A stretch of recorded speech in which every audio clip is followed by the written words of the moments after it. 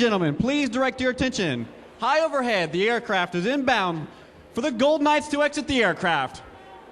Ladies and gentlemen, the jumpers are away, and the smoke is on. We now have Gold Knights in the air. And there you have, ladies and gentlemen, the high-flying black and gold of your United States Army parachute team, the Golden Knights.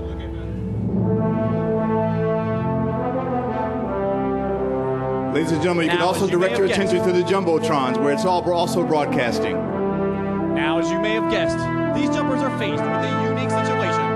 A traffic jam in the sky. They must gain vertical separation to allow for individual approaches into the target area.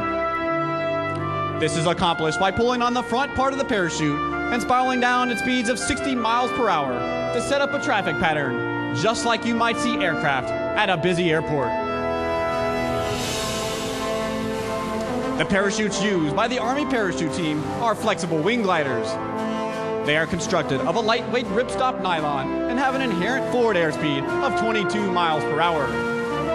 To turn left, the jumper pulls down on the left steering line. To turn right, the jumper simply pulls down on the right steering line. As the jumper nears the ground, he will pull down on both steering lines simultaneously for the safest and softest possible landing. As our first jumper makes his final approach, ladies and gentlemen, get loud, wave to him, cheer, yell loud. This distinctive black Army Star canopy is our team leader for the gold demonstration team. And here he comes in for his final approach. For a nice Golden Knight landing, ladies and gentlemen. Now, if you please direct your attention to the Red Cross flag flying in right now. This Gold Knight is jumping the Walter Reed Army Medical Center's Medical Red Cross. This flag was presented to the Fort Belvoir Community Hospital upon deactivation of the historic facility. Ladies and gentlemen, let's give a warm welcome to the Red Cross flag in its new home, the Fort Belvoir Community Hospital. For a beautiful Golden Knight landing. Notice the tail of the parachute curl under. This slows the jumper forward to speed while reducing his rate of descent. Slowing his parachute with his toggles, stopping it for a nice Golden Knight landing. Your United States Army is now a highly sophisticated technological fort. We have more computers than IBM, more aircraft than any major airline, and as always, offers you an unparalleled opportunity to become Army Strong. Ladies and gentlemen, this concludes our performance for the day, and on behalf of the entire team, I would like to thank each and every one of you for being such a warm and receptive airborne audience. In closing, I leave you with this final thought. In the future, may all of your days be prosperous, and your nights golden. Ladies and gentlemen, my name is Reese Brown, and I am honored to be the Master of Ceremonies for today's historic event. On behalf of the soldiers, the sailors, the airmen, and civilians of the Fort Belvoir Community Hospital, we welcome you as we all come together to honor the dedication and commitment of thousands who were intimately involved with establishing this premier facility, a hospital that medical personnel are bringing to life in order to provide world-class care for years to come. Ladies and gentlemen, please rise for the arrival of the official party and remain standing for the playing of Ruffles and Flourishes, the national anthem, and the invocation by Air Force Chaplain Major Jack Stanley.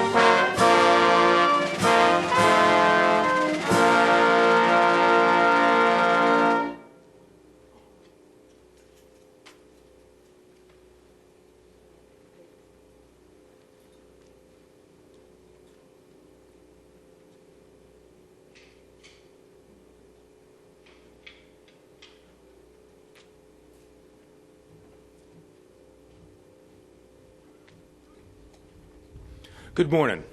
Let us pause together. O Lord of life and love and liberty, sustainer, protector, and redeemer, we pause this beautiful, breezy fall morning from our hectic pace to reflect, to project, and to celebrate. We pause before this amazing facility. We pause to look at it and to contemplate the amazing, miraculous, almost things that will be happening inside its walls. As we reflect on this new home of world-class military health care and contemplate the care of over 1 million people responsible to its care and the up to 3,000 employees that will make that care possible, we pray right now a special blessing upon them all, the caretakers and those who will be taken care of. As we look around this region and realize the warriors who have gone before us, the warriors who are serving now, and the warriors who will soon serve, all who will be taken care of inside this place. It is not just a facility, it is not just a building, and this is not just a ceremony, but this is a true beginning of amazing work of healing that begins now. So bless not just this ceremony, but bless everything that begins now, this moment, at this place. Amen. Ladies and gentlemen, please be seated. It is my honor to present to you Sergeant First Class Richard Ruddle of the United States Army Fife and Drum Corps. Good morning, ladies and gentlemen. The United States Army Military District of Washington, under the command of Major General Michael Linnington, is proud to present the United States Army Old Guard Fife and Drum Corps. The 3rd United States Infantry Regiment, the Old Guard, traces its lineage back to the 1st American Regiment of 1784, and today serves as the Army's official escort to the President of the United States. In 1960, the Fife and Drum Corps was organized to participate in official ceremonies and to revive our country's musical heritage. As one of the Army's premier musical organizations, the Corps performs for visiting dignitaries and heads of state, at the White House and throughout our nation's capital. In addition, the Corps travels extensively, averaging 500 performances annually while serving as a goodwill ambassador for the Army across the nation and abroad. Ladies and gentlemen, please join me in welcoming the United States Army Old Guard Fife and Drum Corps.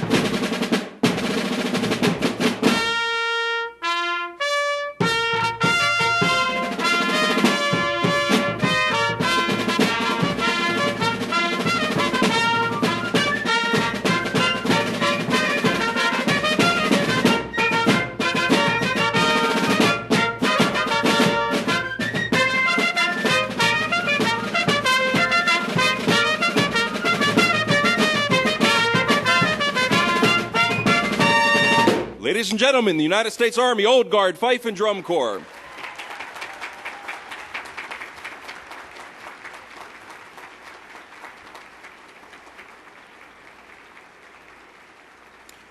From the days of the American Revolution through the 19th century, Army field musicians played a vital role in maintaining good order, discipline, and morale.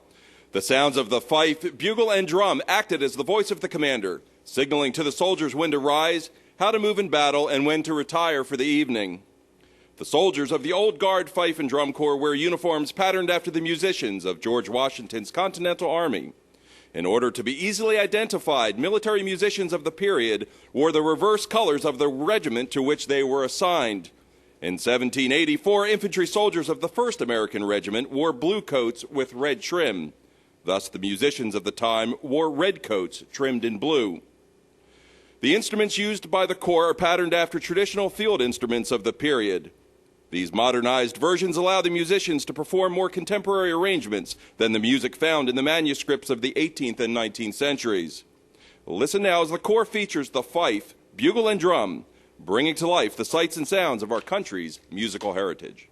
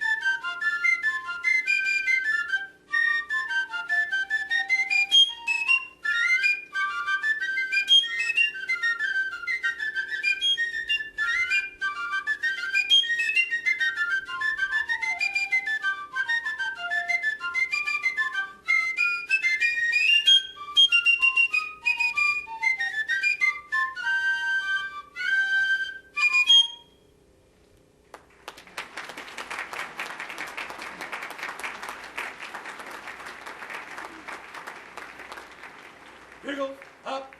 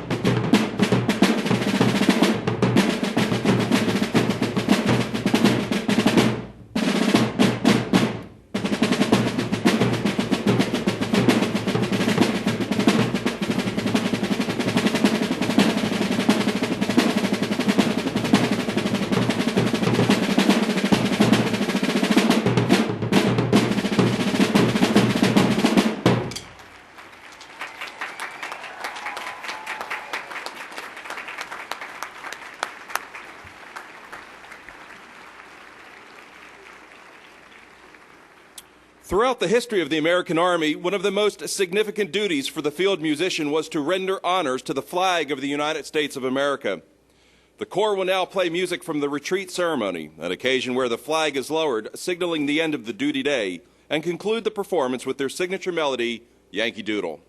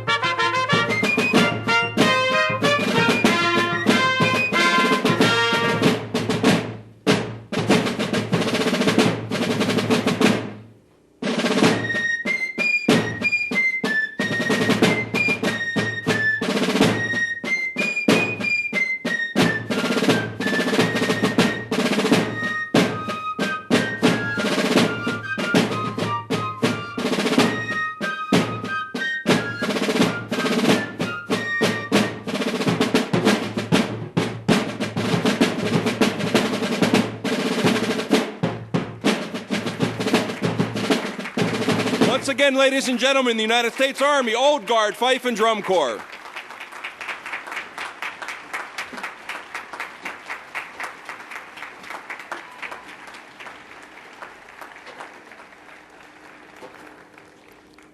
Now, ladies and gentlemen, let's show your appreciation for the Fife and Drum performance with another round of applause.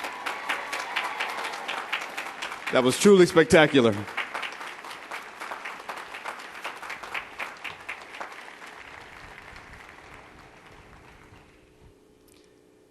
At this time, we'd like to take this opportunity to recognize a few of our distinguished guests with us today. From the 39th District of Virginia's General Assembly, Senator George Barker, Jr. From the 8th District of the United States House of Representatives, Congressman James P. Moran. And from the Office of the Assistant Secretary of Defense for Health Affairs, the Honorable Jonathan Woodson.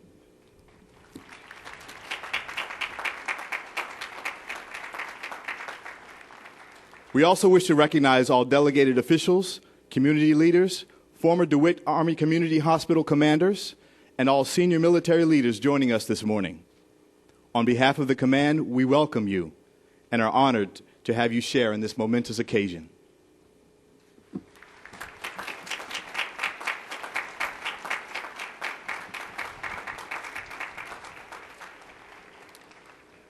Ladies and gentlemen, it is my distinct pleasure to introduce to you the Fort Belvoir Community Hospital Commander, Colonel Susan Anicelli.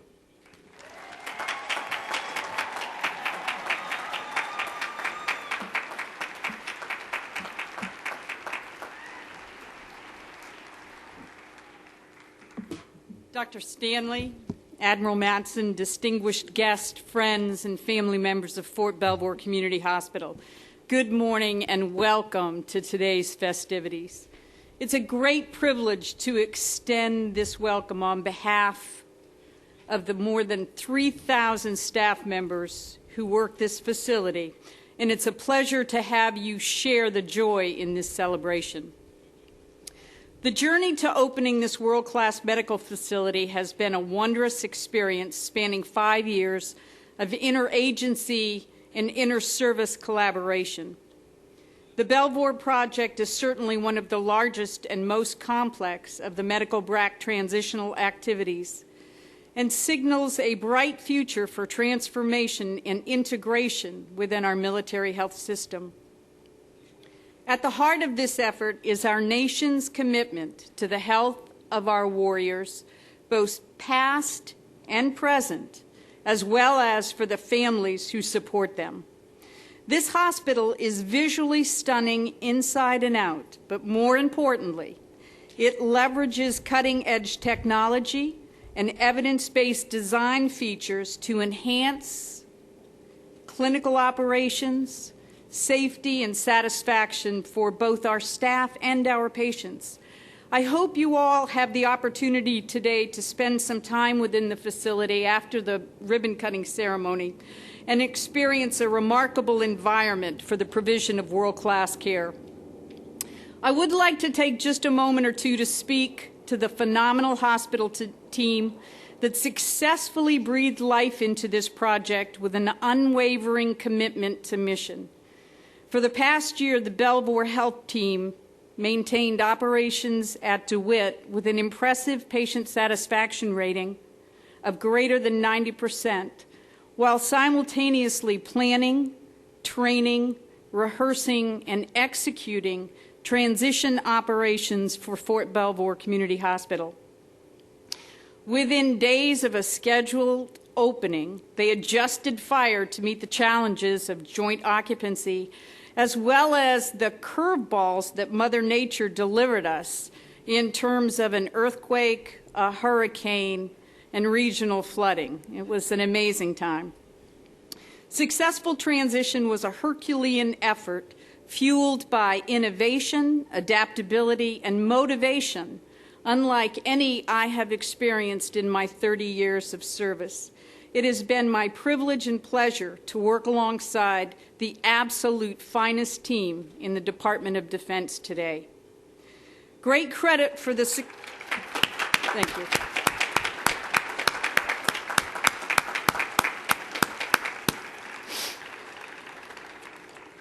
Great credit for a successful transition goes to the interagency team working on the ground at Belvoir, again over the past year.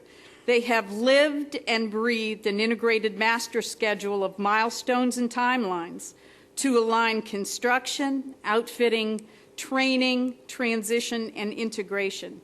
They represent the tip of an iceberg with respect to the collective efforts that have made this day possible. I would be remiss if I didn't acknowledge just a few of these folks that really had a lead on the Belvoir team. So I know most of you are out there, and if you could just rise when I call your name. I just want the opportunity to share your face with the great work that you've done. Mr. Dave Fortune from Health Facilities Planning Agency.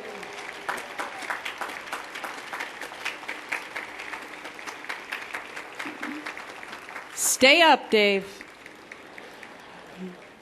For those of you who have seen or read Apollo 13, Dave was the Gene Kranz of this project. So, Dave, thanks so much.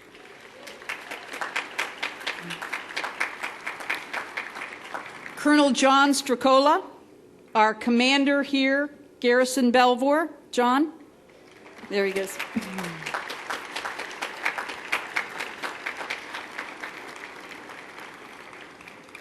Colonel Andy Backus from the Army Corps of Engineers.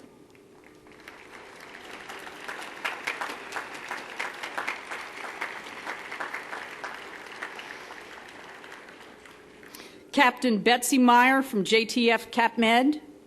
Betsy, I haven't seen you this morning, but you're in our thoughts. Miss Vicki Stocker from General Dynamics. I know I've seen Vicki.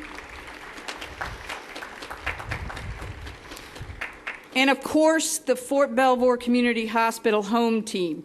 Captain Bob Buckley, my Chief of Staff, Dr. Rick Rapetta, Director of Integration, and Commander Scott Johnson, Director of Transition.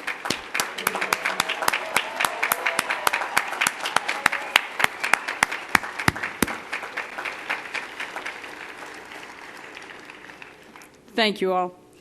As the summer heated up this year, so did the op-tempo here at Fort Belvoir. While there were days when it felt like we were the center of the universe, the real epicenter of activity rested with Vice Admiral Matson, Commander, Joint Task Force Cap Med. A master visionary, he never lost sight of the mission or the way ahead.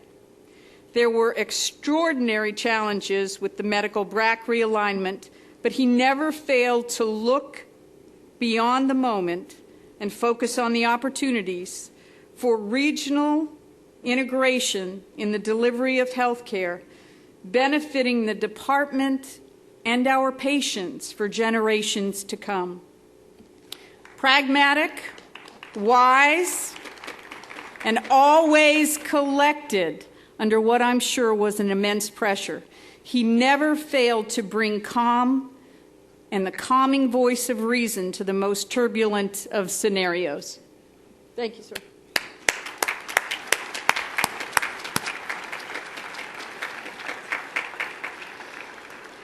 And I just have to throw it in. This is coming from a feisty Irish-Italian gal from Boston, so it was an amazing thing to watch. Sir, thank you for staying the course and for the faith and confidence you have in the Fort Belvoir team. Congratulations to you, sir, on a job well done. Please join me in a warm welcome for Admiral Matson. Thank you.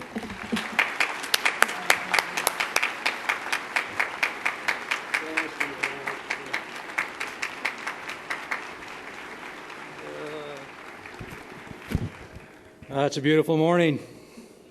Morning, everybody. Morning, everybody.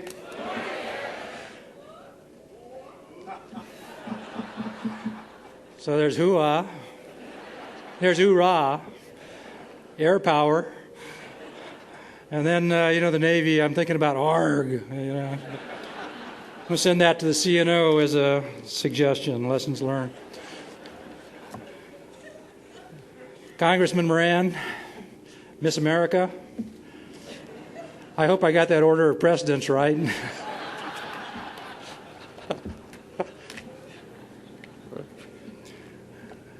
Delegations from the state of Virginia, the county of Fairfax, my colleagues in the military health system, Dr. Woodson, the Assistant Secretary of Defense for Health Affairs, Major General Bruce Green, the Surgeon General of the Air Force, General Patty Horoho, soon to be the Surgeon General of the Army, just back from Afghanistan. Welcome back, Patty. Let's see, Admiral Betsy Niemeyer from the Navy, representing the Navy in BUMED. General Steve Jones, my deputy here. Command Sergeant Major Donna Brock, our senior enlisted leader at the JTF, soon to go be the Army's Army Medical Senior Enlisted Leader. Sergeant Major Brock, thank you for all that you've done while you're here.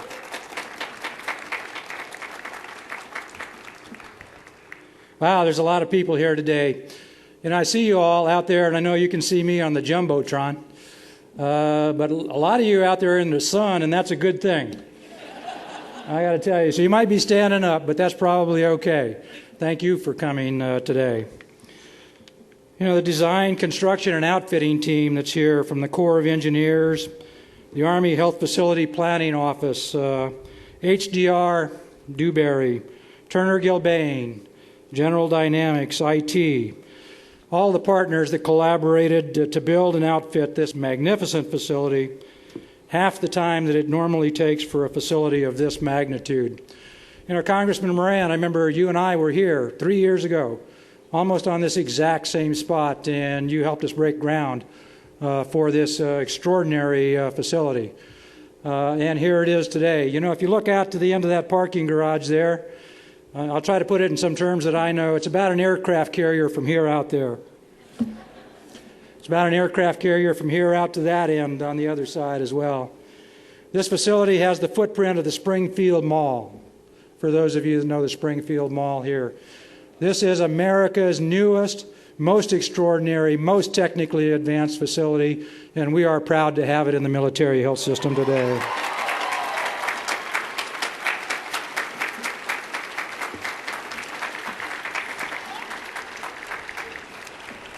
Wow, what an enthusiastic crew.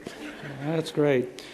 I'm going to talk a few numbers, a few facts, a few wow kinds of things, some things you might not know. You know, there's an organization called LEED, L-E-E-D, that takes a look at energy conservation and efficiencies, and this is designated as a LEED Silver facility. So we're trying to be environmentally sensitive as well. And the landscaping and everything here meets those standards. 200,000 cubic yards of soil were removed to build this hospital. That's a line of dump trucks 240 miles long. Took 85,800 tons of concrete, 5,300 tons of steel to build this hospital. 2 years ago, about this time of year, on a little colder day, it was actually in December, we did a topping off ceremony here. It was 17 degrees, and I wasn't even dressed this warmly. And so that was a landmark on our way to get to here.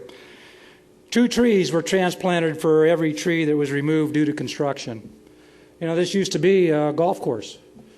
Bethesda used to be on a golf course too. So if you're thinking about investing in the future of healthcare,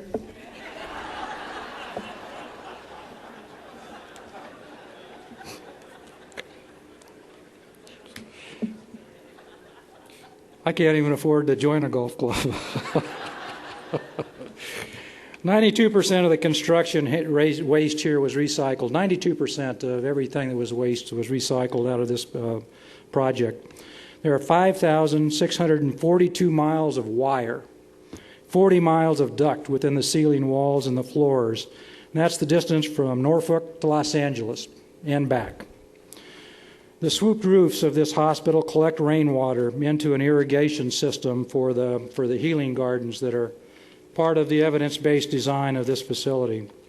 Some of the other features of evidence-based design are light-filled, color-driven signages that's around here. If you ever are here at night and you see this facility, it is truly remarkable to see at night.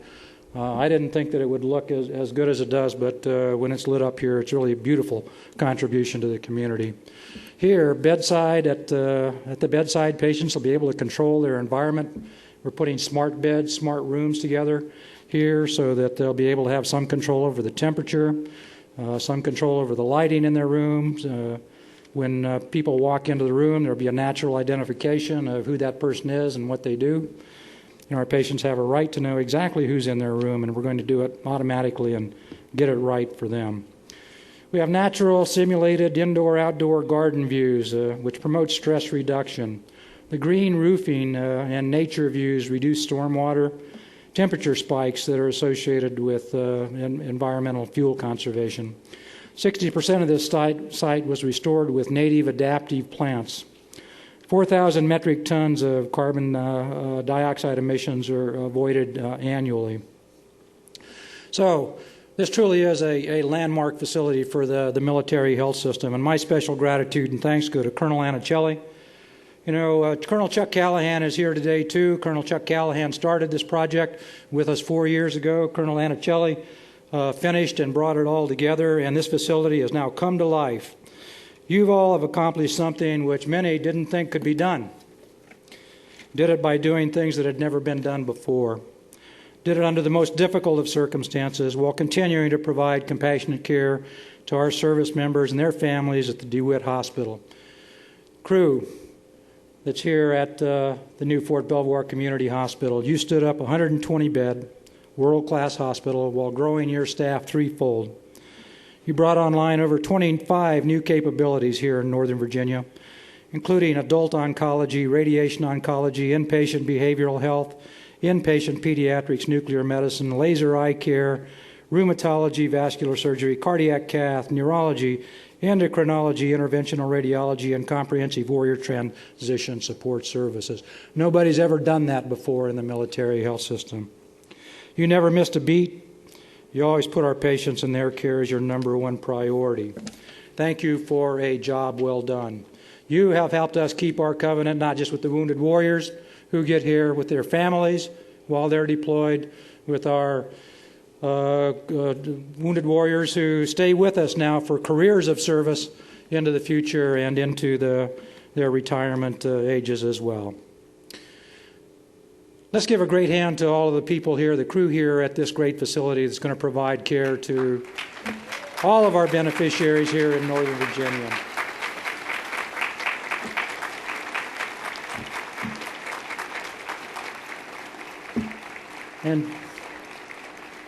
And a special thanks to all of those of you who are patients here during this great transition as well. It's now my great honor to introduce our guest speaker for today, the Undersecretary of Defense for Personnel and Readiness, Dr. Clifford Stanley. I have come to know Dr. Stanley very well over the past few years. He's been an extraordinarily strong supporter of the integration efforts that resulted in this 1.275 million square foot world-class hospital which will care for warriors and their families for the next century. Dr. Stanley's support and care for our wounded warriors and their families has been unwavering. He possesses an unsurpassed dedication to the service members' families and the men and women who care for them when they are injured. Ladies and gentlemen, please give a warm welcome to Dr. Clifford Stanley.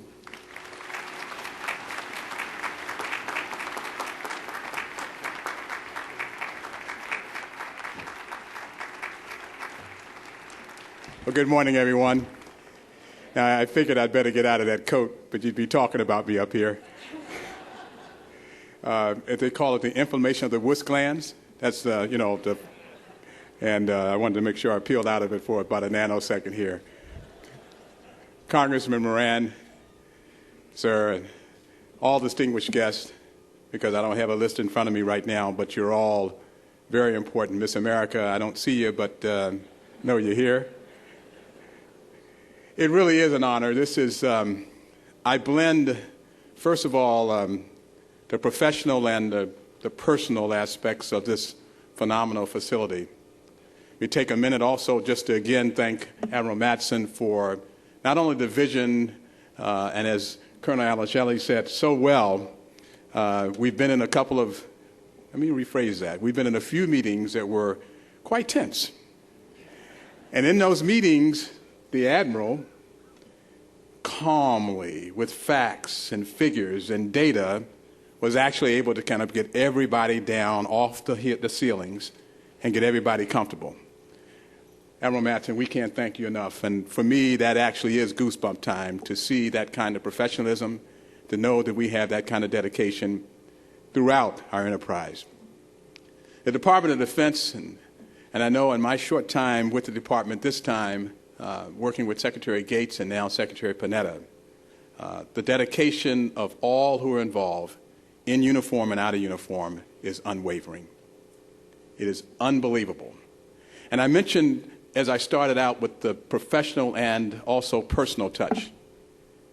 First of all, the old Walter Reed Army Medical Center, my mom was a licensed nurse practitioner, retired from there a few years ago.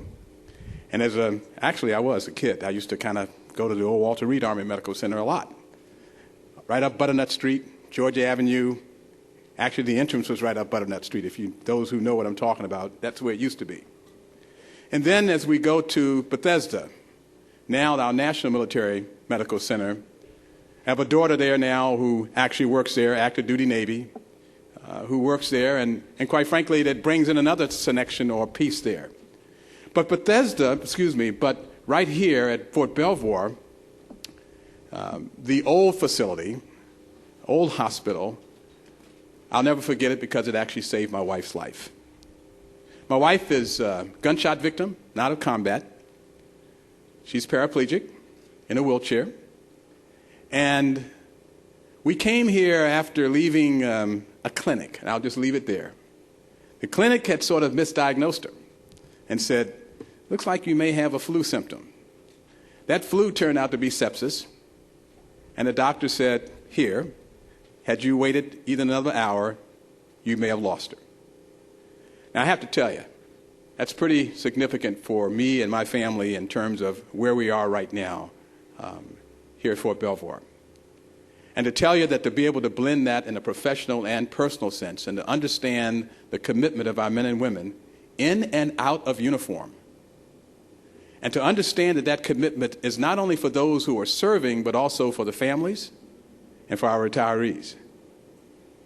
Making sure that we take care of all of our people all of the time.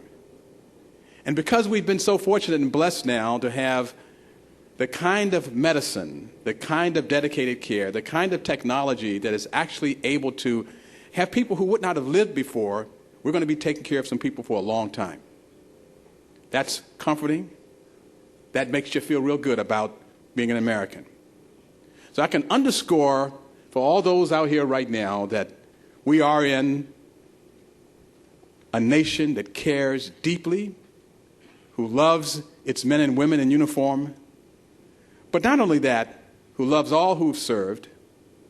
And just 2 weeks ago, I was in London and had an opportunity to actually witness not only the efforts that are going on with our allies, but to know that we're joined at the hip as we work together to make our world a better world in healthcare and medicine, getting our wounded warriors out.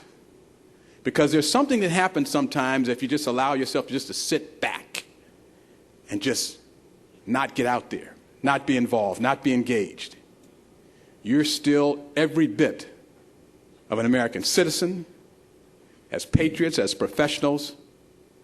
We love you, and even though you may have suffered an injury, no matter what that injury may be, we got your back. And you need to know we have your back. And that's what this is all about.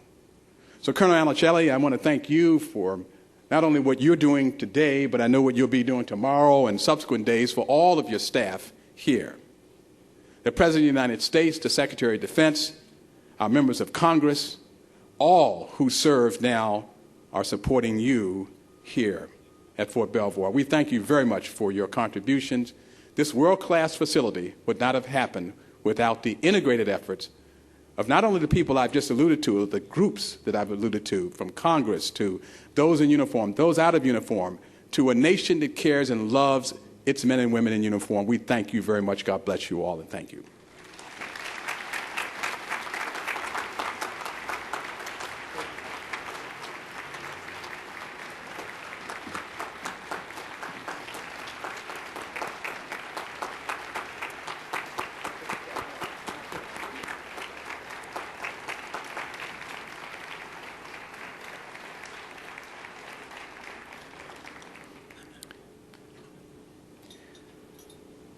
As I'm sure that many of you realize, the name Belvoir is actually translated as beautiful to see.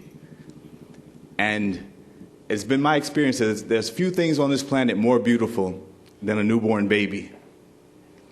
So at this time, ladies and gentlemen, it is with great honor that we present to you Major and Mrs. Beauchamp, whose daughter Bethany was the first to be born at the new Fort Belvoir Community Hospital on August 31st of 2011.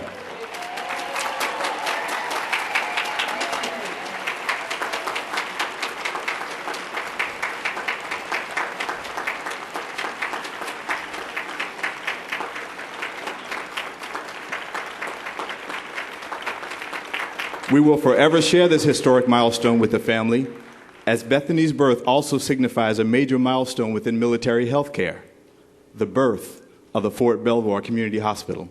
If you all could come forward at this time. These new beginnings symbolize our nation's commitment to provide world-class care to our service members, our retirees, and their families.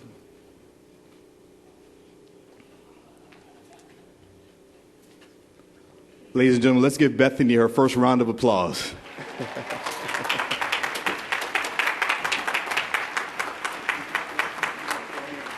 And ladies and gentlemen, if you could please rise as the Beauchamp family joins the official party to cut the ceremonial ribbon.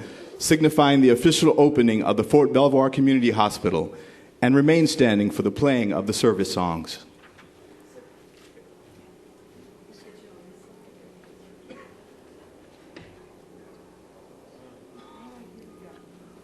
All right, everyone, you can participate in this with me. Let's count down from 5. 5, 4, 3, 2, 1.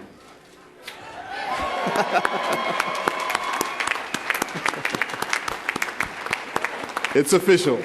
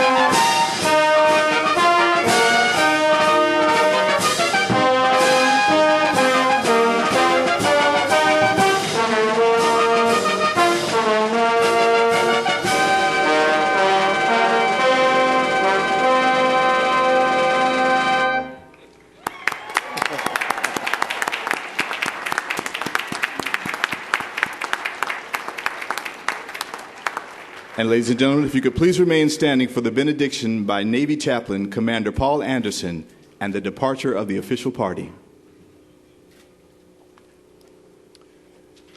Let us pray. To the God of all creation, we have asked your blessings upon this occasion. Now, we ask your blessings in perpetuity upon this building. Make it a vortex of miracles, an oasis of healing in the personal deserts of disease, discomfort, and despair. Make it also a place where healthy interventions are launched to prevent illness or disease. May each patient, customer, and client who enters the structure feel the palpable synergy of evidence-based design and the commitment to excellence in patient-centered care. Bless each doctor, nurse, treatment team member, and support staff. Deputize each of us to serve as your right hand in modern miracles. Bless the leaders of this institution, current and future, with wisdom, insight, foresight, and visionary enthusiasm. And now, O Lord, inhabit this healing temple, now, henceforth, and forevermore. Amen.